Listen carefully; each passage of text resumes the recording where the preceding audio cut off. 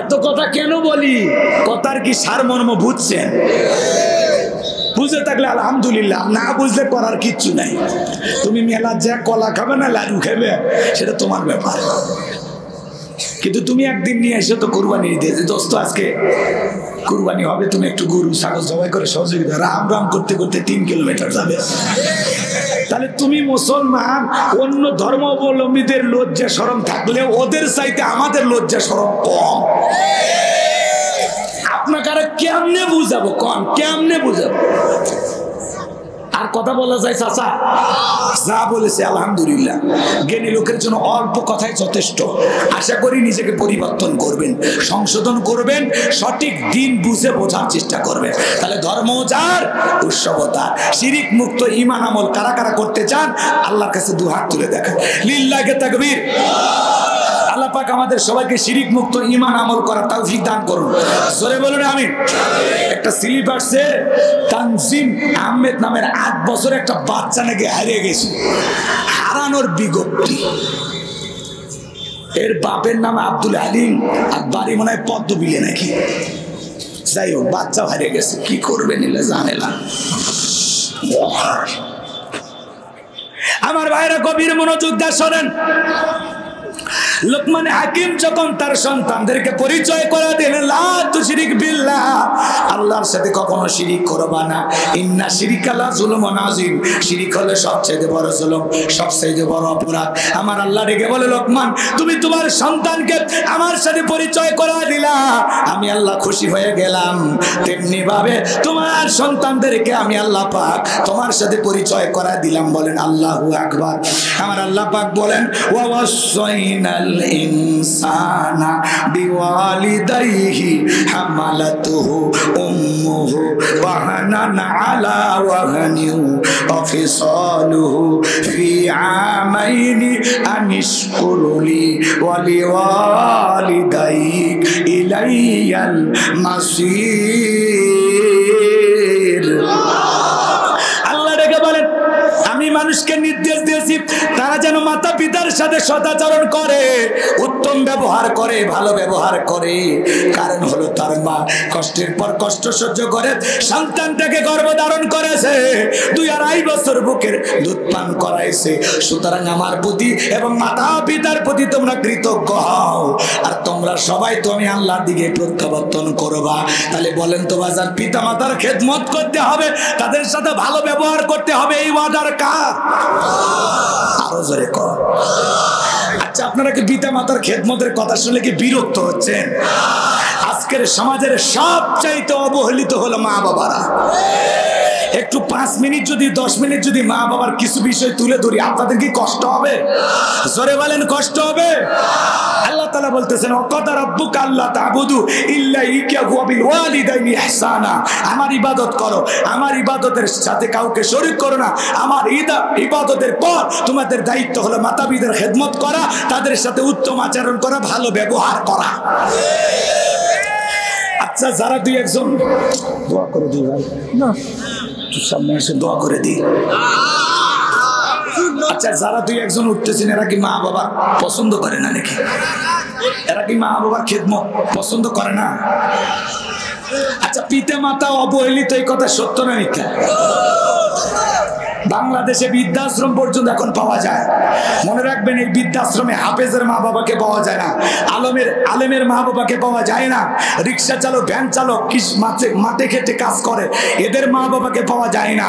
যারা London America থেকে degree নিয়ে আসছে, কোটি কোটি টাকার মালিক, বিশাল সম্পদের মালিক, মিল ফ্যাক্টরি ইন্ডাস্ট্রির মালিক, এদের মা বাবাকে পাওয়া যায়। বেশি শিক্ষিত যারা, কথা কয় না কে ভাই? এই জন্য ভাইয়েরা, অনুরোধের ভাষায় বলি, আল্লাহ বলতেছেন, আমি আল্লাহ তোমাদেরকে আদেশ করলাম মাতা পিতার সাথে সদাচরণ করো, ভালো ব্যবহার করো, পিতা মাতার খেদমত করতে হবে, পিতা মাতার সাথে উত্তম আচরণ করতে হবে। অকুল্লাহুমা কওলান কারীমা, সম্মান সূচক আচরণ করো, নম্র ভদ্রভাবে পিতা মাতার সাথে ভালো ব্যবহার করো। আজকে সন্তানেরা মা বাবাকে দাম দিতে চায় না, মা বাবাকে অবহেলা করে। হে যুবক, ভালো করে শোনো, একটা মা কত কষ্ট করে তুমি কি ভুলে গেছো? একটা মা সন্তান পেটে নিয়ে 3-4 মাস সন্তান যখন পেটে থাকে, মা খাইতে পারে না, মার বমি বমি হয়, মার খাবারের রুচি নষ্ট হয়ে যায়। 6-7 মাস যখন আস্তে আস্তে সন্তানটা পেটের ভিতরে বড় হয়, নাড়াচাড়া করে, সন্তানের পা দুটো যখন বড় হয়ে যায়, 7-8 মাসের মধ্যে আমার ভাইয়েরা এই মায়ের কলিজার সাথে সন্তানের দুইটা পা আল্লাহ তাআলা সেট করে দেয়। আপনি আমি যে মায়ের গর্ভে ছিলাম, এই জায়গাটা মাত্র 10 ইঞ্চি, মাত্র কয় ইঞ্চি? এই 10 ইঞ্চি জায়গার মধ্যে আপনি আমি ছিলাম। আমার ভাইয়েরা, মায়ের গর্ভে থাকা অবস্থায় যেই সন্তানটা পেটের ভিতরে সবচাইতে কম নাড়াচাড়া করে, ওই সন্তানটা মায়ের পেটে থাকা অবস্থায় 4500 বার পেটে লাথি মারে। আমার ভাইয়েরা, মার পেটটা যখন 9-10 মাসে বড় হয়ে যায়, তরমুজের মতো বিশাল বড় হয় পেট। একটা মানুষের ভিতরে আর একটা জীবন্ত মানুষ, মার পেটটা চিনচিন করে ব্যথা করে, মা ঘুমাইতে পারে না। সারা রাত জায়গা মা দেয়ালে পিঠটা লাগায় কাটাইয়া দেয়, যে মা পেটের ভিতরে সন্তান নিয়া রাতের বেলায় ঘুমাইতে পারে না। আমার ভাইয়েরা, সারা রাত জায়গা নফল নামাজ পড়লে যে সব হয়, মায়ের আমল নামায় আল্লাহ সেই সব লিখে দেয়। আমার ভাইয়েরা, সন্তান ডেলিভারির সময় যখন হয়ে আসে, গভীর নিশীথে মা বাবার দুইটা পা জড়ায় কান্দে। মায়ের চোখের পানি যখন বাবার পা কি স্পর্শ করে, বাবা ঘুম থেকে এটা বলে, বিবি এত রাতের বেলায় কেন কান্না করো, কি হয়েছে তোমার? ডেকে বলে, স্বামী আমার বড় ভয় করে, আমি বাবার বাড়িতে কাল চলে যাব। ও স্বামী, কত মহিলা সন্তান জন্ম থেকে মারা যায়, আমি যদি মারা যায় আপনি আমাকে মাফ করে দেন। ও স্বামী, সংসারের চাবি বুঝায় না, দীর্ঘদিন আপনার সংসার করলাম, ভুল বেয়াদবি মাফ করে দেন। এই কথা বলে মা দাই মারা ঘরে চলে যায়। প্রসবের যাতনায় মা দাঁত মুখ কামড়ায়, প্রসবের যাতনায় মায়ের যে কত কষ্ট হয়, মায়ের যে কি যে ব্যথা লাগে, মা সারা দুনিয়ার কেউ বুঝবে না। আমার মায়ের মা কান্নাকাটি করে, মা ছটফট করে। যে মা সন্তান ডেলিভারি করতে গিয়ে মারা যায়, ওই মাকে আল্লাহ তাআলা শহীদের মর্যাদা দান করে। আমার ভাইরা, রাসূলের কাছে এক সাহাবী যায়, বলে, হুজুর আমার সবচাইতে উত্তম ব্যবহার পাওয়ার হকদার কে? বলে, তোমার মা। আবার জিজ্ঞাসা করে, হুজুর আমার সবচাইতে বেশি হক পাওয়ার অধিকার কার? বলে, তোমার মা। আবার জিজ্ঞাসা করে আমার রাসূল, বলে, উম্মুকা, তোমার মা। চতুর্থবার বলে, আবুকা, তোমার বাবা। 3 বার মায়ের সম্মান মর্যাদা কেন বেড়ে গেল? অনেক পুরুষ আফসোস করে বলে, হুজুর মায়ের সম্মান 3 বার আর বাবার সম্মান মর্যাদা 1 বার কেন? আপনারা তো 3টা কারণ বিষয়টা জানেন না। কেন কেন বলেন? বলবো। 1 নম্বর হলো, মা সন্তান গর্ভ ধারণ করে, বাবা করে না। আল্লাহ আকবার। এর জন্য মায়ের সম্মান মর্যাদা বেশি। নাকি বাবা 5 মাস রাখে, মাও 5 মাস রাখে, এরকম সমান অধিকারের সিস্টেম আসে? কথা কয় না কে? এই যে যারা নারী পুরুষের সমান অধিকারের স্লোগান ধারে, বোকা। পুরুষের চাইতে নারীর সম্মান মর্যাদা অনেক বেশি। কিন্তু পুরুষেরা হলো নারীর অভিভাবক, নারীকে কন্ট্রোল করার সুইচ পুরুষের হাতে থাকবে। আজকে আমরা নারীকে কন্ট্রোল করতে পারি না দেখে তো আমরা ঘর জামা। কথা কয় না? নারীর সম্মান মর্যাদা অনেক বেশি, অনেক উঁচুতে। কথা কি বুঝাইতে পারলাম? নারী পুরুষের সমান অধিকারে যারা স্লোগান দেয়, বলেন তো কিয়ামত পর্যন্ত কখনো হবে? এ ভাই, হবে? বলেন, এই স্লোগান যারা দেয়, আল্লাহ যেন ওদের হেদায়েত দান করে। রাগ করছেন? ওই এক নেতা নারী অধিকারের আন্দোলন করে, দেখবেন মহিলা পুরুষ সবাই স্লোগান দিয়ে, পুরুষও বলে নারীর সমান অধিকার চাই। আছে না নাই? রাগ করছে লোকটার, খুব রাগ বুঝছেন। তো অসুস্থ হয়ে গেছে, হঠাৎ ডাক্তার বলে ভাই আগামীকাল সকালবেলা ভোরে যে পেশাব করবেন ওইটা নিয়ে আসবেন, প্রসাবটা নিয়ে আসবেন। তো বেচারা পেশাব করছে, ওইটা রেখে দিছে। তো বিবি ওই বাড়ি ঘর ঝাড় দিতে যায়, ওইটা পড়ে গেছে। চিন্তা করে অবস্থা যে এর যে রাগ, যদি জিনিসটা খুঁজে না পায় তো অবস্থা খারাপ। তো নিজে ওই কাম করে রেখে দিছে। কথাকে বুঝছেন নাকি? এইবার ডাক্তারের কাছে নিয়ে গেছে, ডাক্তার রিপোর্ট পরীক্ষা নিরীক্ষা করিয়া একবার আর চেয়ারের দিকে তাকায় আর একবার রিপোর্টের দিকে তাকায়। তখন ডাক্তারকে বলতেছে ভাই খুব কি বড় ধরনের রোগ, আমি কি আর বাঁচবো না? কয় না আমি চিন্তা করি জিনিস ঢুকলো কেমনে। তখন বলে ভাই কি? কয় না আমি তো রিপোর্টের সাথে আর আপনার চেহারার সাথে তো যায় না। কই ঘটনা কি খুলে বলে? কয় ভাই রিপোর্টে তো আসছে আপনার 9 মাস। কথা কি বোঝেন না? লোকটা বাড়িতে যায় সেই কান্নাকাটি, বউকে বলে বউ রে তুমি তো গর্ভবতী, আমারও নাকি 9 মাস, এটা কেমনে দুনিয়া তাজবে আমি তো বুঝি না। স্বামী টেনশন করতেছে, বিবি তখন হাসতে হাসতে বলতেছে আরে বোকা স্বামী তুমি পেশাব করে রেখে দিছিলে, ওটা ঝাড় দিতে গিয়ে পড়ে গেছে। তোমার যে মেজাজ, যদি পেশাব না পাও আমার তো পিটাইতা, ওই জন্য ওই কাম আমি করে রাখছি। ও 9 মাস তোমার না, ওই 9 মাস আমার। কথাকে বুঝতে পারছেন? এই জন্য ভাইয়েরা নারী পুরুষের সমান অধিকার কখনো হবে না। কথা ঠিক কিনা? হবে নাকি ভাই? তাহলে 1 নাম্বার মায়ের মর্যাদা বৃদ্ধি হওয়ার পিছনে কারণ মা পেটে সন্তান ধারণ করে, বাবা করে না। 2 নাম্বার সন্তান ডেলিভারির যে কষ্ট, যে ব্যথা, এটা মা সহ্য করে, বাবা কষ্ট পায়। কথা কয় না। 3 নাম্বার মা সন্তানকে দুধ পান করায়, বাবা করায় না। এই 3টি কারণে মায়ের সম্মান মর্যাদা বেশি করেছেন কি? আরো জোরে বলেন কে? নাকি ব্যস্ততার কারণে বউ যখন ব্যস্ত থাকে আপনি মাঝে মাঝে বাচ্চাকে দুধ খাওয়ান নাকি? এই জন্য ভাইয়ের আমার, বাবা হিসেবে আপনারা মন খারাপ করবেন না, বাবারও অবদান কম নয়। কোনো অংশে একটা সন্তানকে লালন পালন ক্ষেত্রে বাবার অবদান কোনো অংশে কম না। কথা ঠিক কিনা? মাথার ঘাম পায়ে ফেলে রিক্সা ভ্যান চালায়, মাঠে ঘাটে কাজ কইরা, ব্যবসা বাণিজ্য চাকরি কইরা বাবার সারা জীবনের ইনকাম সন্তানদের জন্য দিয়ে যায়, নাকি কবরে দিয়ে প্যাকেট নিয়ে যায় বাবা? আর সেই বাবার লাশ দুনিয়াতে রেখে সন্তানেরা ঝামেলা কর, আগে সম্পত্তি ভাগ কর, তারপরে বাবার লাশটা কবরে ঢুকাও। তাহলে বাবা এত সম্পদ করে কি করলো?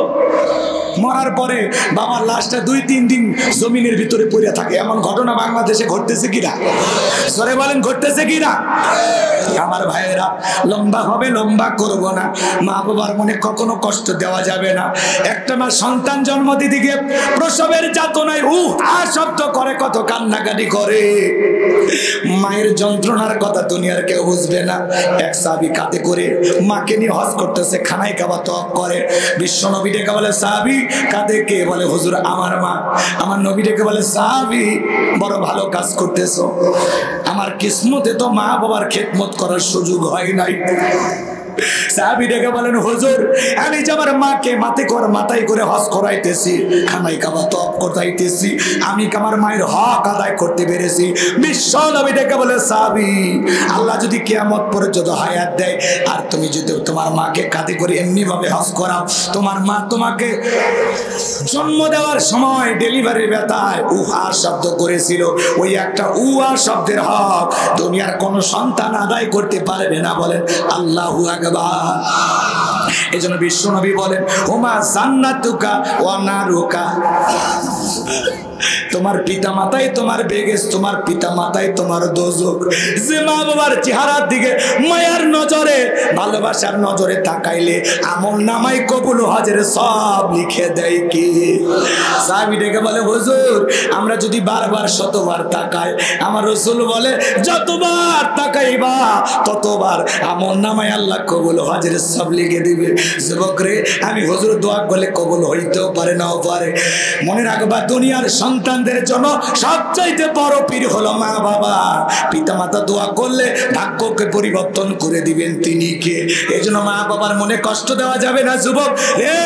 মা বাবার মনে কষ্ট দিও না। মনে রাখবা, তুমি যদি তোমার মা বাবাকে কষ্ট দাও, তুমি তোমার মা বাবার সাথে যেমন ব্যবহার করবা, তোমার সন্তান ঠিক তোমার সাথে তেমন ব্যবহার করবে। শিক্ষিত লোকের গল্প পড়েছিলাম, বাড়িতে অনেক ভিআইপি খাবার আয়োজন, তেহেরি নিহেরি বিরিয়ানি ভুনা গোস রস, অনেক দামি খাবার খাওয়ার পরে একটা ভাঙ্গা প্লেটে একটু খাবার দিয়া ছোট্ট ছেলেটাকে বলে, বাবা এই খাবারটা তোর দাদুকে দিয়ে আয়। ছেলেটা ডেকে বলে, বাবা আমরা এত ভালো খাইলাম, দাদার জন্য কেন এত খাবার? কারণটা কি? ডেকে বলে, তোর দাদার বয়স হয়ে গেছে, এখনকার বাচ্চারা তো কম্পিউটার। কথা কন না কে?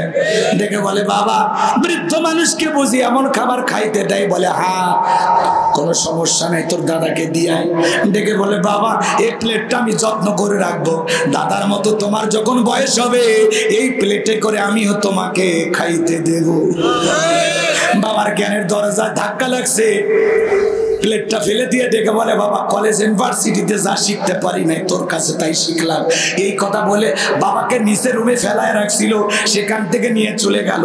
বাবাকে গোসল করায় দেয়, শরীরে তেল মালিশ করে দেয়, জামা কাপড় পরায় দেয়, সুন্দর করে আদর যত্ন করতে লাগলো। মিমি ডেকে বলে, স্বামী গ এত আদর যত্ন কেন করো? কারণটা কি?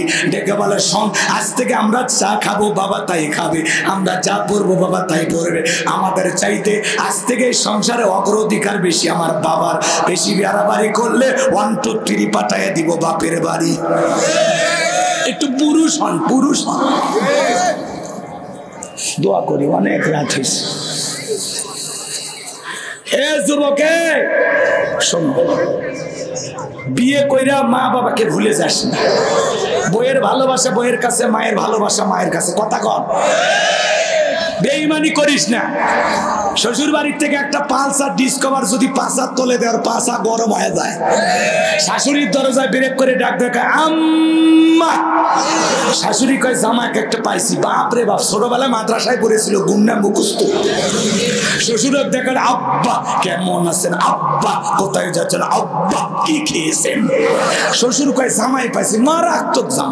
আব্বা কইতে কইতে মুখের ফেনা তুলে ফেলে দেয়। ছোটবেলায় মাদ্রাসায় পড়েছিল, কলকলার সব হরফ মুখস্থ। কথা কয়। বিয়ের পরে এক পালসার ডিসকভার পাইয়া শ্বশুর শাশুড়ি হয় আব্বা আম্মা, মা মা বাবা হয়ে যায় বুড়ে বুড়ি। তোর কপালত লাত্তিয়ার গুড়ি, মরার পরে ফেরেশতারা বাইরে ফুটা করবে ভুড়ি, জাহান্নামে হবে তোর বসত বাড়ি। এ কপাল পোড়া, এক পালসার ডিসকভার পায়ে পাগলা হয়ে গেল। হ্যাঁ, এই যুবক, তুমি কি ভুলে গেছো এই 22 বছর 25 বছর তোরে লালন পালন করতে গিয়া পিতা মাতা তোর পিছনে এরকম 5টা 10টা পালসারের টাকা খরচ করছে? এ বেঈমান, স্বার্থপর। ভুলে গেলি, অতীত ভুলে গেলি। যখন ছোটবেলায় অসুস্থ হইয়া চিকিৎসা করে ভালো হয় না, যশোরে নিয়ে যায়, যশোরে ডাক্তার রোগ সারাইতে পারে না, ঢাকায় নিয়ে যায়, ঢাকায় যায় সুস্থ হইলি না, বিদেশে নিয়ে যায়। এ বেঈমান, সব ভুলে গেলি। স্বার্থপর। কি কথা কন না কে? আর শ্বশুর বাড়ি একটু যৌতুকের টাকার লোভে তুই পাগল হয়ে গেলি, আর মা বাবার এতদিনের অবদান সব নষ্ট হয়ে গেল। মনে রাখবা, তুমি তোমার মা বাবার সাথে যে আচরণ করবা, ঠিক তোমার সন্তানও হুবহুব ওই কায়দা তোরে ফেরত দেবে। অপেক্ষা কর 2 দিন আগে আর পরে। কথা কয় না? এই জন্য আসল পিতা মাতার মনে কখনো কষ্ট দেওয়া যাবে না। পিতা মাতা বয়স হয়ে গেছে, তারা একটু চিল্লা পাল্লা কথায় শিশুর মতো আচরণ করে, ওদের সাথে শিশুর মতো মিশা লাগবে। ধমক দিয়ে বলেন, আব্বা চুপ করেন তো, মা চুপ করেন তো, বইলেন না, বইলেন না। কথা কয় না? ছোটবেলায় একটা বল, আব্বা এটা কি কয়? বল। এটা কি? বল। এটাই বল। 100 বার বাবা বলেছে এটা বল। কোনোবার বিরক্ত হয়ে বলেন, এ পিচ্ছি, আর একবার যদি জিজ্ঞাসা করি সেটা বল, তোরে বলের মতো লাথি মারবো। বলেছে? বলেনি। আর বাবা যদি বলে, বাবা এটা কি? এটা কি? আপনি মুরব্বী মানুষ, কে বোঝা লাগবে? যা বাড়িতে নিয়ে এসে সব বলা লাগবে। চুপ করে থাকেন তো। মুরব্বির মতো থাকেন। কপাল তোর পুড়ছে, তোর কপাল পুড়ে গেছে রে যুবক, তোর কপালটা পুড়ছে। খবরদার এরকম ব্যবহার করা যাবে। তার একটু অসুস্থ, টাকা চাই, বাবা একটু টাকা দিয়ে ডাক্তার দেখাবো। মরণের রোগ আপনার, আপনার পিছনে টাকা খরচ করতে করতে জীবনটাই চলে গেল।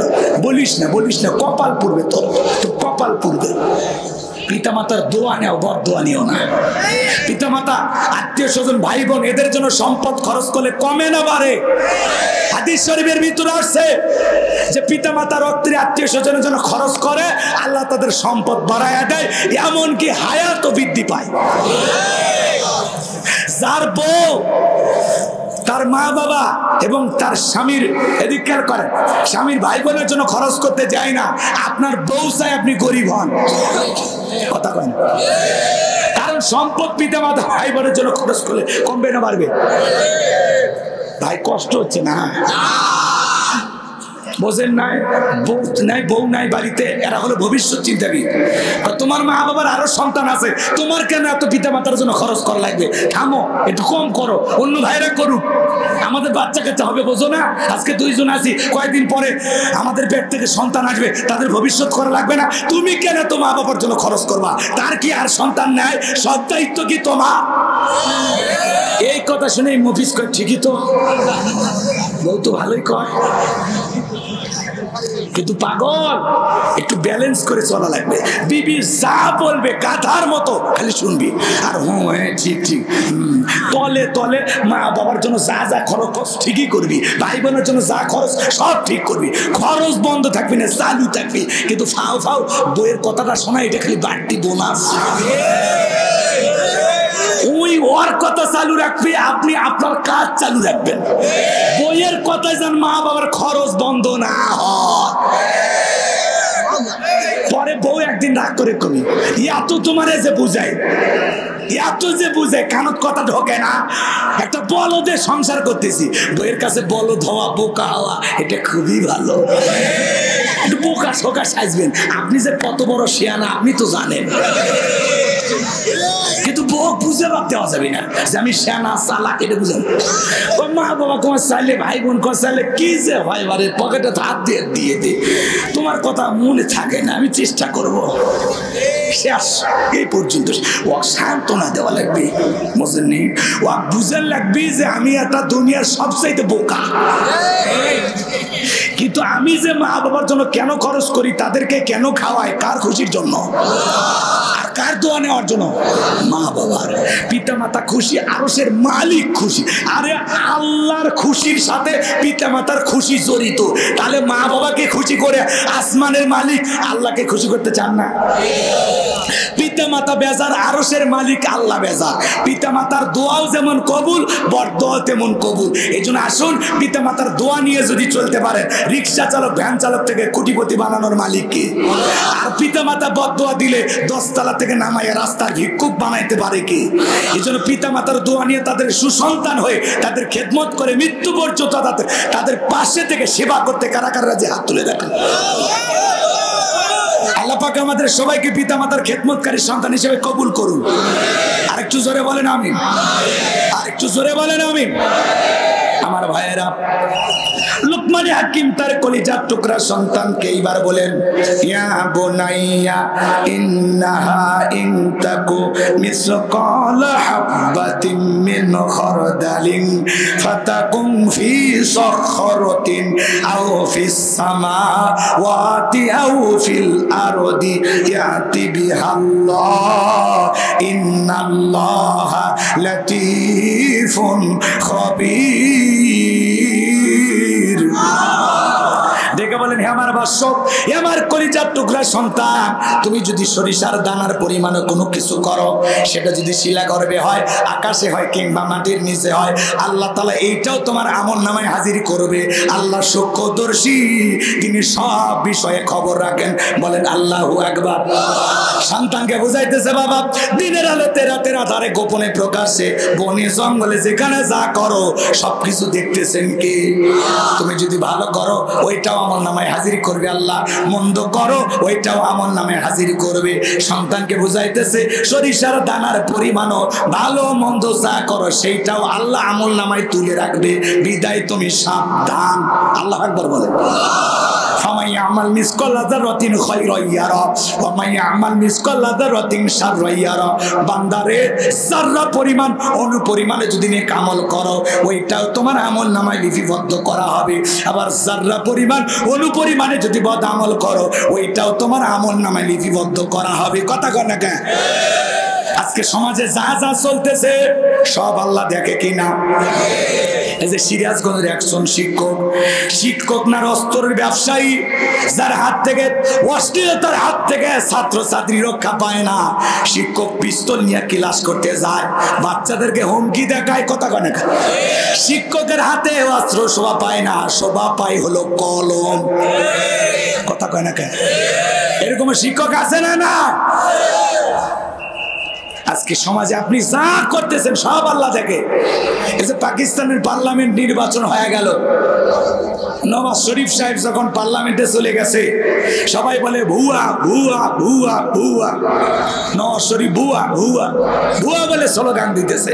কারণ একজন সাবেক প্রধানমন্ত্রী ইমরান খানকে জেলে বন্দি রাখে মিথ্যা মামলা টামলা দিয়া সাজানো নির্বাচন করে আবারও সরকার গঠন করেছে, কিন্তু আসলে বিজয় লাভ করেছে পাকিস্তানের সাবেক প্রধানমন্ত্রী ইমরান খান। এই লোকটা অত্যন্ত ভালো। কথা কোন ঠিক কিনা? পৃথিবীর বড় বড় নেতাদের কাছে যা সবাই যা মাথা নত করে, আরে বীরের মতো ঢোকে আর সালাম দেয়। আল্লাহু আকবার বলে। এই ইমরান খানকে আমার অনেক ভালো লাগে। কথা কয় না কেন? রাগ করেছে? এই জন্য বাজান তো আমার দেখলেন না পাকিস্তানের কি তাল বাহানা নির্বাচন, বাপরে বাপ। ভোট হয়ে যায়, রেজাল্ট হয় না, একদিন যায়, 2 দিন যায়, 4 দিন যায়, 5 দিন যায়। কথা কয় না কেন? তাহলে এতদিন যে ভোটের ফলাফল গোপন রেখেছিল এর ভিতরে ষড়যন্ত্র আছে না? বাংলাদেশে নির্বাচন হচ্ছে 4টের পরে, তারপরে রেজাল্ট রাত 12টা 1টার মধ্যে সব শেষ, আমরা জানিয়ে গেছি।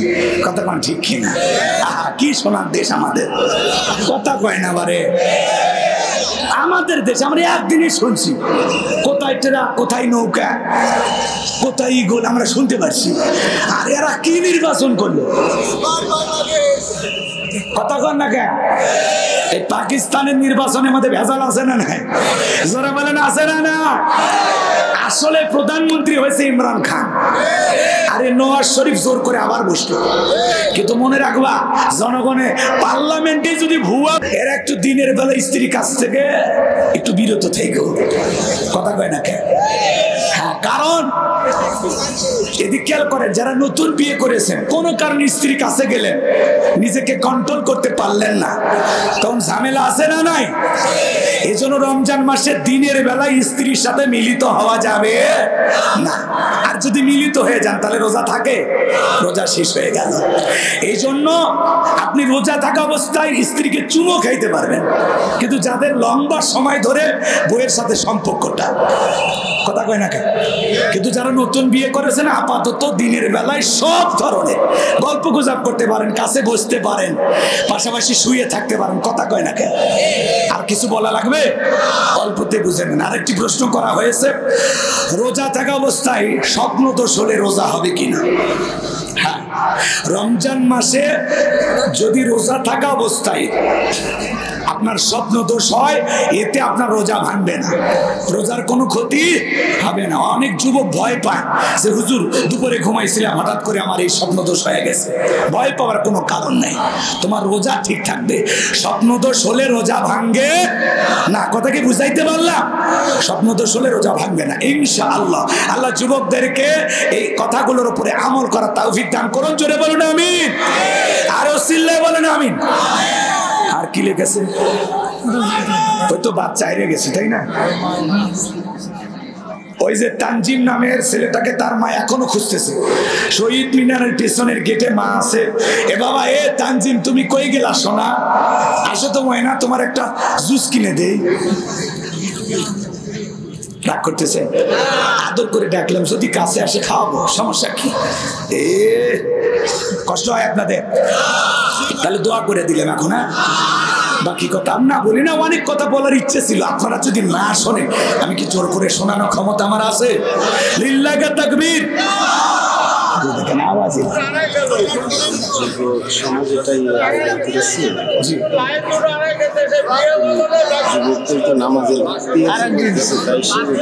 বললাম তো, নামাজের ওয়াজি তো করলাম কিছুক্ষণ আগে। হুজুর কই আসিল? আরে ছোট বাচ্চা মসজিদে নিয়ে যেতে বললাম, আর যুবক যাবে না, কথা কয় না। যারা যুবক কমিটি আজকের আয়োজন করেছেন প্রত্যেকটা যুবককে আল্লাহ যেন নামাজি বানায় দেয়। এই যারা গেঞ্জি পরে যুবক কই তোমরা এই জায়গায় আসো তো, এই সব যুবকের আসো না, কিসের কাজ? সব কাজ বন্ধ, আসো যুবকেরা সবাই মঞ্চে চলে আসো। লোকমানে হাকিমের ছেলের বিয়ের ঘটনা যদি বলতে যায় কমপক্ষে আরো 1 ঘন্টা ওয়াজ করা লাগবে। না শোনেন, আমার বলার ইচ্ছে ছিল, আপনারা অনেক দিকে বুঝতেছেন, আমি অনেক চিল্লাচ্ছি কিন্তু আওয়াজ ফুটতেছে না, বুঝতেন? আওয়াজ একটু টনটনা হলে বক্তায় এই যে আমি কথা বলতেছি আপনারা শুনতে পান, অনেক কাছে যায়ও কাজ হচ্ছে না। ভাইদের দোষ দিয়ে লাভ নাই, যেমন গুড় তেমন মিষ্টি। ডেকোরেটর ভাড়া করার সময় বলবেন যে এমন আওয়াজ দিবা, তোমার 50,000 টাকা লাগলেও দিব, টনটন আওয়াজ। বক্তা যান 2 হাত দূরে থেকে কথা বললেও যান আওয়াজ টানে, পারবেন না? ওদেরকে বেশি টাকা দেবেন, ওদের কাছে সব মাল আছে, কথা বুঝছেন? এরা ব্যবসায়ী, কিন্তু এটা বোঝা লাগবে আপনার। আর শহরের সবচেয়ে ভালো মাইক নিয়ে আসার চেষ্টা করবেন, তাহলে কি হবে? আপনাদের এই আলোচনাগুলো ভালো হবে। এই যে আমি কথা বলতে বলতে ক্লান্ত হয়ে গেছি, 4 ঘন্টা কথা বলবো, ক্লান্তি আসবে না, গলা টেনে নিচ্ছে, শুকিয়ে যাচ্ছে, কষ্ট হচ্ছে, আমি সব কষ্ট মেনে নিয়ে কথা বলতেছি। আমার ভাইদের আমি দোষ দিব না, কারণ মাইক যদি ভালো হয় আপনার আওয়াজটা ফুটবে ভালো। আর তাছাড়া ওয়াজ করবেন সাইদি সাহেবের মতো, শোনা যাবে তোফাজ্জলের মতো। আওয়াজে অনেক কিছু। বক্তার সম্পদ 2টা, একটা হলো ভালো মাইকের সাউন্ড সিস্টেম, আর একটা ভালো ডাবা শ্রোতা, তারা ধৈর্য নিয়ে বয়ান শোনে, এদেরকে শোনাইতে ভালো লাগে, কথা কয় না? ওই কিছু আছে ভাইরাল বক্তা দেখার জন্য 1 নজর আসে, ওই হুজুরের ওয়াজ আমার মোবাইলে পকেটে, গোলাম রব্বানি হুজুর আমার পকেটে, আর কি গরম, 1 নজর হুজুরকে দেখে আসছে। আরে পাগল, এত দূর থেকে তোদের এলাকায় আসলাম, 2টা ঘন্টা আমার সামনে থাকলি না, তুমি কিসের ভক্ত? কথা কয় না। তোমার মতো ভক্ত দিয়ে হবে কি? আপনাদের ওই জায়গায় বসতে বসি মঞ্চে ওঠে সব গেঞ্জি পরা, আসেন আমার গেঞ্জি কই নিয়ে আসেন, কষ্ট হচ্ছে আপনাদের? আচ্ছা শোনেন, এদিক খেয়াল করেন, গেঞ্জি পরা সবাই মঞ্চে চলে আসে, দেখি তো এদেরকে সাইজ করেই যায়। লিল্লাহি তাকবীর। 2টার মধ্যে একটা বলি, নবী সুলাইমানের কথাটা বলি, বলবো? ঠিক আছে। আরেকজন ওই যে হুজুরের ভক্ত পাকিজামার গান শুনতে চাইছে, এগুলো তো মোবাইলে আসে, আর পাকিজামা সেই ওইটা 17-18 সালে ওইটা জাঁকজমক ছিল, 6 বছর পরে কি ওইটা আসে? ওই সিরিয়ালই শেষ, পাখি কয়দিন পর মরে যাবে। না না, স্টেজ ভাঙবে না। যুবক যারা আসছেন বাবা আসো, আর ভাঙ্গু মনে নাই, মঞ্চ ভাঙে বাংলাদেশ। আমার ভাইরা নবী সুলাইমান দেখে বলে, আব্বা ওই সিন্ধুকের ভিতরে 3টা জিনিস থাকবে, কোনটার নাম কি, কোনটা দিয়ে কি কাজ হয় আমি বলে দিতে পারবো। আল্লাহু আকবার বলে। যুবক একজন আর একজনের সাথে হাত দেন। হ্যাঁ, একজন যুবক আমার হাতে হাত দাও। তোমরা আজকের মাহফিল করেছো, তাফসীর মাহফিল করাতে তোমরা খুশি না বেজার? আচ্ছা, তাফসীর মাহফিল কেন করেছো? আল্লাহকে রাজি খুশি করার জন্য, এলাকার মানুষকে দিন শোনানোর জন্য, যাতে মানুষ দিনের কথা শুনে। আমি কিছুক্ষণ আগে আলোচনা করেছি, ইয়া বুনাইয়া আকিমিস সালাহ, হে আমার বৎস, আমার কলিজার টুকরা সন্তান, তোমরা সালাত কায়েম করো, নামাজ আদায় করো। তাহলে তোমরা যে যুবকেরা আয়োজন করেছে, এরপরে গেঞ্জি প্লাস মাথায় টুপি থাকবে ইনশাআল্লাহ। পাশাপাশি আজকে হাতে হাত রেখে ওয়াদা দাও, আজ থেকে 5 ওয়াক্ত নামাজ তোমরা কেউ ছাড়বা না ইনশাআল্লাহ। জোরে বলো ইনশাআল্লাহ। আরেকবার জোরে বলেন ইনশাআল্লাহ। আল্লাহ কলিজার টুকরা যশোরের যুবকদেরকে নামাজি বানায় দেন, জোরে বলেন আমিন। এদের ঈমান খালিদ বিন ওয়ালিদের মতো বানায় দেন, জোরে বলেন আমিন। ওয়াদা ঠিক থাকবে তো ইনশাআল্লাহ? বুঝছো? ইনশাআল্লাহ। ঠিক আছে, আমার একটা গেঞ্জি নিয়ে আসো। আচ্ছা, এবার চলেন, আমি বলে দিচ্ছি। সাদিক গোসাই না, এদিক খেয়াল করেন। 3টা জিনিস কি কি আছে বলবো? আবার চাই মুনাজাত লাগবে না নাকি? না না, কারোটা খুলে দিও না, নতুন নিয়ে আস না, কারোটা খুলে দিও না, এরকম জুলুম করা যাবে না, তাই না? যদি তারা থাকে তাহলে বরাদ্দ দাও, না থাকলে লাগবে না। আচ্ছা এদিক খেয়াল করেন, সিন্ধুকের ভিতরে 3টা জিনিস ছিল, ডেকে বলে আব্বাজান 1 নাম্বার থাকবে একটা কিতাব। আল্লাহু আকবার বলেন। এই কিতাব হবে সংবিধান, কিভাবে রাষ্ট্র পরিচালনা করা থাকবে, সব নিয়ম নীতি ওই কিতাবের ভিতরে লেখা থাকবে। বলেন আল্লাহু আকবার। 2 নাম্বার থাকবে একটা চাবুক, এই সমাজের যারা অপরাধ করবে ওই চাবুক নিজে যায় অপরাধীদেরকে শাস্তি দিয়ে আসবে, জায়গার চাবুক জায়গায় ফেরত আসবে। এই চাবুক চালানোর জন্য মানুষ লাগবে না। আল্লাহু আকবার কর। ওইরকম একটা মজাদার চাবুক যদি আমরা পাইতাম, কোন দিক দিয়ে মার হইতো টেলিভিশনে দেখতাম আর বলতাম ও ইও বদমাইশ, কথা কয় না কেন? ওই চাবুক চালানোর জন্য লোক লাগবে না, হাজার হাজার মানুষকে 2-4 মিনিটের মধ্যে শাস্তি দিতে পারে। ওই চাবুকের এত মজা। আল্লাহু আকবার বলেন। ওইরকম একটা চাবুক পাইলে আমরা দেখতে পারতাম না আসলে বাড়িতে কারা কে মার খায়, কথা কয় না কে? কিন্তু চাবুক আছে, ওই মজা নাই। আল্লাহু আকবার কর। 3 নাম্বার ডেকে বলে আব্বা থাকবে একটা আংটি, ওই আংটি যার হাতে থাকবে মানব দানব জিন ইনসান সকলে তার হুকুম মানতে বাধ্য। আল্লাহু আকবার বলে। আখিরি দাওয়ানা আলহামদুলিল্লাহি রাব্বিল আলামিন। আমরা সকলে দোয়ার দিকে চলে যাই, সকলে দুরূদ ইব্রাহিম পড়ুন। আল্লাহুম্মা সাল্লি আলা মুহাম্মদ ওয়া আলা আলি মুহাম্মদ কামা সাল্লাইতা আলা ইব্রাহিম ওয়া আলা আলি ইব্রাহিম ইন্নাকা হামিদুম মাজিদ। আল্লাহুম্মা বারিক আলা মুহাম্মদ ওয়া আলা আলি মুহাম্মদ কামা বারাকতা আলা ইব্রাহিম ওয়া আলা আলি ইব্রাহিম ইন্নাকা হামিদুম মাজিদ। আল্লাহুম্মা আমিন। ربنا ظلمنا انفسنا وان لم تغفر لنا وترحمنا لنكونن من الخاسرين। বসুন্ধিয়া সিংহিয়া যুব সমাজের উদ্যোগে আজকের 2য় বার্ষিক তাফসীর কোরআন মাহফিলের শ্রদ্ধাভাজন সভাপতি জনাব মোহাম্মদ আসাদুজ্জামান মোল্লা সাহেবকে আল্লাহ কবুল করেন। 11,000 টাকা দিয়েছেন, আল্লাহ তার দানকে কবুল করেন। আমন্ত্রিত মেহমান জনাব শেখ আরিফুল ইসলাম, জনাব রিয়াজুল ইসলাম খানকে আল্লাহ কবুল করেন। আল্লাহ তাআলা তাদের হায়াত বাড়ায় দেন, জিন্দেগির গুনাহগুলো মাফ করে দেন, জনগণের খেদমতের জন্য কবুল করেন।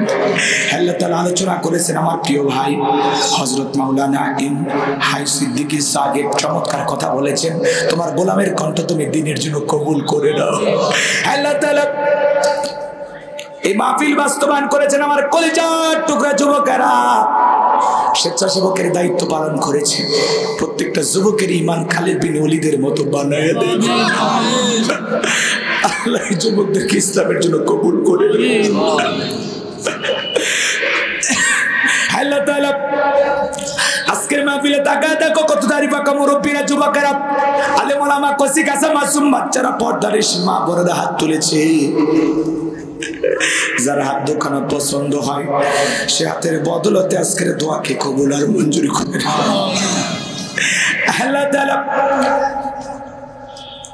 প্রায় 2.5 ঘন্টার মতো কোরআন এবং সুন্নাহর আলোকে তোমার গোলামদের সামনে কথা বলেছি। আল্লাহ যতটুকু আলোচনা হয়েছে সূরা লোকমান থেকে বক্তা শ্রোতা সবাইকে এই কথাগুলোর উপরে আমল করার তৌফিক দিয়ে দেন। আল্লাহ আমরা যারা হাত তুলে ধরেছি অনেকের মা নাই বাবা নাই, এতিম বানায় কবরে চলে গেছে, মা বাবার কবরে আর সবটুকু পৌঁছায় দাও, কবরগুলো জান্নাতের বাগান বানায় দাও। রব্বিরহামহুমা কামা রাব্বায়ানি সগীরা, ও রব্বিরহামহুমা কামা রাব্বায়ানি সগীরা। পিতামাতা যাদের বেঁচে আছে পিতামাতার খেদমত করে তাদের বুকে হাসি ফোটায়া তাদের প্রিয় সন্তান হয়ে পিতামাতার দোয়া নেওয়ার তৌফিক দিয়ে দাও। আল্লাহ তাআলা যাদের আত্মীয় স্বজন অন্ধকার খবরে চলে গেছে মাফ করে দেন, কবরগুলো জান্নাতের বাগান বানায় দেন। আল্লাহ তাআলা আজকের মাহফিলে নগদে বাকি দেন যত মানুষ টাকা পয়সা দান করেছে আল্লাহ সকলের দানগুলো কবুল আর মঞ্জুর করে নাও। এই দানের বিনিময়ে কোটি কোটি টাকার মালিক বানায় দাও, দুনিয়া আখিরাতে ইজ্জত সম্মান বাড়ায় দাও। ওই কঠিন কিয়ামতের ময়দানে তোমার আরশের নিচে ছায়া দান করিও। আল্লাহ তাআলা আমার যে প্রবাসী ভাইরা সহযোগিতা করেছেন তাদের দান কবুল করেন, প্রবাসী জীবনকে কবুল করে নেন। 200 জনের মতো যুবক কষ্ট করেছেন, পরিশ্রম করেছেন, যারা গান বাজনা ছেড়ে জান্নাতের বাগান লাগাইছে এদের মা বাবা বড় ভাগ্যবান, যারা এমন সন্তান জন্ম দিয়েছে। যারা গান ছেড়েছে নামাজ পড়বে বলে ওয়াদা দিয়েছে, জান্নাতের বাগান দুনিয়াতে লাগায়। আল্লাহ গো, যারা জান্নাতের বাগান সাজায় এই যুবকদেরকে তুমি জান্নাত হিসেবে কবুল করে দাও। যত মানুষ হাত তুলে ধরেছে আল্লাহ আমাদের সকলের তামাম জিন্দেগির গুনাহগুলো মাফ করে দাও। তুমি গাফফার, আমরা গুনাহগার, তুমি মনিব, আমরা সবাই তোমার গোলাম। তুমি যদি মাফ না করো কার কাছে যাব গো মালিক? ফিরাইয়া দিও না, ফিরাইয়া দিও না, আমাদের সকলের তামাম জিন্দেগির গুনাহগুলো মাফ করে দাও। আল্লাহ তাআলা এই গভীর নিশীথে দোয়া করি গো মালিক, আজকের মুনাজাতটা ফেরত দিও না। পর্দানিশী মা বোনেরা হাত তুলেছে, মা বোনদেরকে নামাজি বানায় দাও, পর্দা করার তৌফিক দিয়া দাও, স্বামীর খেদমত করার তৌফিক দিয়া দাও, তাদের দাম্পত্য জীবনকে হযরত আলী আর ফাতেমার মতো কবুল করে নাও। আল্লাহ তাআলা যত মানুষ হাত তুলেছে আল্লাহ, বাজার ব্যবসায়ী ভাইরা সহ, আল্লাহ তাআলা সকলের দোয়াকে কবুল করে নেন। আল্লাহ মাহফিল বাস্তবায়ন করার জন্য লাইটিং মাইটিং পোস্টার ব্যানার ডেকোরেটর ভাইরা সহ যারা যেভাবে সহযোগিতা করেছেন সবাইকে দুনিয়া আখিরাতের উত্তম জাযা দান করুন। আল্লাহ মাহফিল বাস্তবায়ন কমিটিকে আল্লাহ কবুল করে নেন। আগামী বছর বড় কোনো আলেম নিয়ে এসে মাটি করণের তাফসীর মাহফিলের আয়োজন করার তৌফিক দিয়ে দেন। আল্লাহ আমার জিন্না ভাইকে কবুল করেন, তার বাড়িতে খাইলাম বসলাম, তার বাড়ির উপর খাস রহমত বরকত নাজিল করেন, তার ব্যবসা প্রতিষ্ঠানটাকে আল্লাহ কবুল করে নেন। আল্লাহ তাআলা আমাদের সকলের তামাম জিন্দেগির গুনাহগুলো মাফ করো, ওই কঠিন ভয়ঙ্কর জাহান্নামের আগুন থেকে আমাদের মুক্তি দাও। রব্বানা আসরিফ আন্না আযাবা জাহান্নাম ইন্না আযাবাহা কানা গরাম। রব্বানা আতিনা ফিদ দুনিয়া হাসানাতাও ওয়া ফিল আখিরাতি হাসানাতাও ওয়া কিনা আযাবান নার। আল্লাহ তাআলা এই মাহফিল বাস্তবায়ন করার জন্য কত কষ্ট যুবকেরা করেছে। আল্লাহ যুবকদের জন্য বড় মায়া লাগে। আল্লাহ এই যুবকদেরকে ইসলামের জিন্দা সৈনিক বানায় দাও, মুজাহিদ হিসেবে কবুল করো। যুবকেরা মাহফিলের পাশাপাশি এলাকার গরিব দুঃখী বিভিন্ন কাজে সহযোগিতা করে, অসুস্থ মানুষকে টাকা দেয়, সেবা করে, যার মেয়ের বিয়ে হয় না তাদেরকে টাকা দিয়ে সহযোগিতা করে। আমি অনেক কিছু শুনলাম। আল্লাহ তাদের এই ভালো ভালো কাজগুলো তুমি কবুল করো, ভালো কাজের বিনিময় জান্নাতি মানুষ হিসেবে কবুল করে নেন। আল্লাহ তাআলা তোমার একজন বান্দি 1000 টাকা আমাকে দিয়ে দোয়া চেয়েছে, বলে হুজুর এটা আপনার মাদ্রাসায় দিলাম। আল্লাহ তাআলা তোমার এই বান্দির এই দান তুমি কবুল করো। আমি গুনাহগার বগুড়া একটা মাদ্রাসা দিয়ে দিয়েছি, আমার মাদ্রাসায় 11 জন এতিম বাচ্চা, 13 জন গরিব বাচ্চা, 50 জনের মতো ছাত্র, যাদের থাকা খাওয়া চিকিৎসা পোশাক সম্পূর্ণ ফ্রি। মাদ্রাসার পাশাপাশি একটা মসজিদ বানাবো, গণকবরস্থান বানাবো। তোমার এই গোলামের স্বপ্নগুলো তুমি পূরণ করে দিও। সারা দেশ থেকে যে হাদিয়া পায় সেটাতে আমি মাদ্রাসাটা চালাই। আল্লাহ এই মাদ্রাসাকে কবুল করে নাও। আল্লাহ তাআলা এই মাদ্রাসার পাশাপাশি মসজিদ কবরস্থান যে স্বপ্নগুলো দেখেছি, এই গোলামের স্বপ্নগুলো পূরণ না হওয়া পর্যন্ত আল্লাহ তাআলা কবরের ডাক দিও না। আল্লাহ তামাম পৃথিবীতে মুসলমানদের বড় দুর্দিন। আল্লাহ নেতানিয়াহু সহ সমস্ত ইহুদি জালেমদেরকে পরাজিত করে ফিলিস্তিনি মুসলমানদেরকে তুমি বিজয় দাও।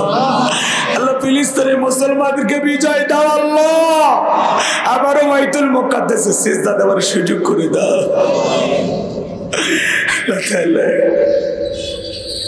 বাংলাদেশের মসজিদ মাদ্রাসা কবুল করো, হক্কানি ওলামা ইকরামদের কবুল করো, মাসদুম অবস্থায় যত আলেম কারাবন্দি মুক্তির ফয়সালা করে দাও। কোরআনের ময়না পাখি বিদায় নিয়েছে পিরোজপুরের জমিনে সাহিত্য, আল্লাহ তার কবর জান্নাতের বাগান বানায় দাও। আমরা গত 2 দিন আগে তোমার আরেকজন কোরআনের পাখি আল্লামা লুৎফর রহমান হাফিজাহুল্লাহ রাহমাতুল্লাহ আলাইহি, আল্লাহ তোমার গোলাম তোমার ডাকে সাড়া দিয়ে তোমার জিম্মায় চলে গেছে। আল্লাহ তোমার এই গোলামের কবর তুমি জান্নাতের বাগান বানায় দাও। সারাটা জীবন দ্বীনের খিদমত করে সব টাকা মসজিদ মাদ্রাসায় দিয়েছে। আর এই যে মানুষটা কয়েকদিন আগে বক্তৃতা দিতে গিয়ে বলেছে আমার ভিসার মেয়াদ শেষ, আগামী রমজান পর্যন্ত আমি নাও বাঁচতে পারি, পাবো কিনা রমজান জানি না। এর আগে তিনি মারা গেলেন। আল্লাহ তাআলা তোমার এই গোলামের কবর তুমি জান্নাতের বাগান বানায় দাও। আল্লাহ তাআলা আমার জিন্না ভাই সহ অনেকে মা বাবার জন্য দোয়া চেয়েছেন, আল্লাহ যাদের মা বাবা আত্মীয় স্বজন কবরে চলে গেছে মাফ করে দেন, যাদের পিতা মাতা বেঁচে আছে আল্লাহ তাদের খেদমত করার সেবা করার তৌফিক দিয়ে দাও। আল্লাহ তাআলা এই মাহফিল বাস্তবায়ন যারা করেছেন কবুল করেন, দূর দূরান্ত থেকে যারা কোরআন শোনার জন্য ছুটে এসেছেন সবাইকে নিরাপদে বাড়ি পর্যন্ত পৌঁছার তৌফিক দান করুন, সবাইকে আপনার রহমতের চাদরে আবৃত করুন। জীবনে কোনোদিন যশোরে মুসলমানের সাথে আর যদি দেখা না হয় এই মুখগুলো জান্নাতের সিঁড়িতে পরিচয় করায় দিও আল্লাহ। আল্লাহ আমার মতো পাপী নগণ্য হতভাগা কাঙ্গাল অসহায় তোমার কাছে দোয়া করে, আল্লাহ তাকায় দেখো কত ভালো মানুষের হাত তুলেছে, কত হাজী সাহেব, কত আলেম ওলামা, তাহাজ্জুদ পড়নেওয়ালা বান্দা, যার হাত দোকানা পছন্দ হয় সে হাতের বদলতে আজকের দোয়াকে কবুলের মঞ্জুর করো। আল্লাহ তাআলা অনেকে দোয়া চেয়েছেন, প্রবাসী ভাইদের জন্য দোয়া চেয়েছেন, আল্লাহ তাদের দান কবুল করেন, তাদের স্যাক্রিফাইস গুলো কবুল করেন। আল্লাহ তাআলা এলাকার সকল মানুষ মিলেমিশে মাহফিল দেয়, কিয়ামত পর্যন্ত এই মাহফিল চালু রাখেন। আল্লাহ তাআলা আমি দোয়া করি আল্লাহ হে রব আজকের দোয়াকে ফেরত দিও না, জীবনে একটাবার খানায় কাবায় কবুল করে নিও, রাসূলের রওজা পাকে দাঁড়িয়ে সালাম দেওয়ার সুযোগ করে দিও আল্লাহ। মাফ করে সেই আশায় হাত নামাইলাম, যে মাসে মরণ দিবা মাসটা যেন রমজান মাস, যেই দিনে মরণ দিবা দিনটা যেন জুমার দিন হয়, নামাজের সিজদারত অবস্থায় মৃত্যু দিও, কোরআন পড়তে পড়তে মৃত্যু দিও, ইসলামকে প্রতিষ্ঠিত করার লক্ষ্যে রাজপথে জীবনটা বিলানো তৌফিক দিও আল্লাহ, আমাদের শহীদের মৃত্যু নসিব করিও আল্লাহ তাআলা। আমার সাদিক ভাই, হারুন ভাই, আব্দুর রহিম ভাইকে আল্লাহ কবুল করেন। আল্লাহ আমার মতো হতভাগা তোমার কাছে দোয়া করি, আমাদের মনে যাদের শান্তি নাই, সংসারে শান্তি নাই, আল্লাহ দাম্পত্য জীবনে সুখ আর শান্তি দান করো আল্লাহ তাআলা। নিজের মনের কষ্ট নিয়ে দোয়া করি আল্লাহ, আমাদের মনের সকল হয়রানি পেরেশানি দূর করে দাও, শান্তির ফয়সালা করে দাও আল্লাহ। শান্তির একমাত্র দেওয়ার মালিক তুমি আল্লাহ। যত মানুষ হাত তুলেছে পাঁচ ওয়াক্ত নামাজি বানায় দাও। লোকমানে হাকিম তার সন্তানদেরকে যেভাবে শিরিক বুঝাইছেন, আল্লাহর ভয় বুঝাইছেন, নামাজের কথা বলেছেন, ভালো কাজের কথা বলেছেন, খারাপ কাজ থেকে বিরত থাকতে বলেছেন, সবরের কথা বলেছেন, অহংকার মুক্ত জীবন যাপন করার কথা বলেছেন, যত উপদেশ লোকমানে হাকিম তার সন্তানকে দিয়েছিল প্রত্যেকটা উপদেশ আমরা যেন আমাদের ঘরে আমাদের সন্তানদেরকে দিতে পারি, আল্লাহ কবুল করেন। সূরা লোকমান থেকে যে তাফসীর যে আলোচনা হয়েছে এই কথাগুলো বাস্তব জীবনে আমল করা তৌফিক দেন। সুবহান রাব্বিকা রাব্বিল ইজ্জাতি আম্মা ইয়াসিফুন ওয়া সালামুন আলাল মুরসালিন আলহামদুলিল্লাহি রাব্বিল আলামিন। মৃত্যু যখন আসবে আমাদের জবানে জারি করে দিও লা ইলাহা ইল্লাল্লাহু মুহাম্মাদুর রাসূলুল্লাহ সাল্লাল্লাহু আলাইহি সাল্লাম। আসসালামু আলাইকুম ওয়া রাহমাতুল্লাহি ওয়া বারাকাতুহু।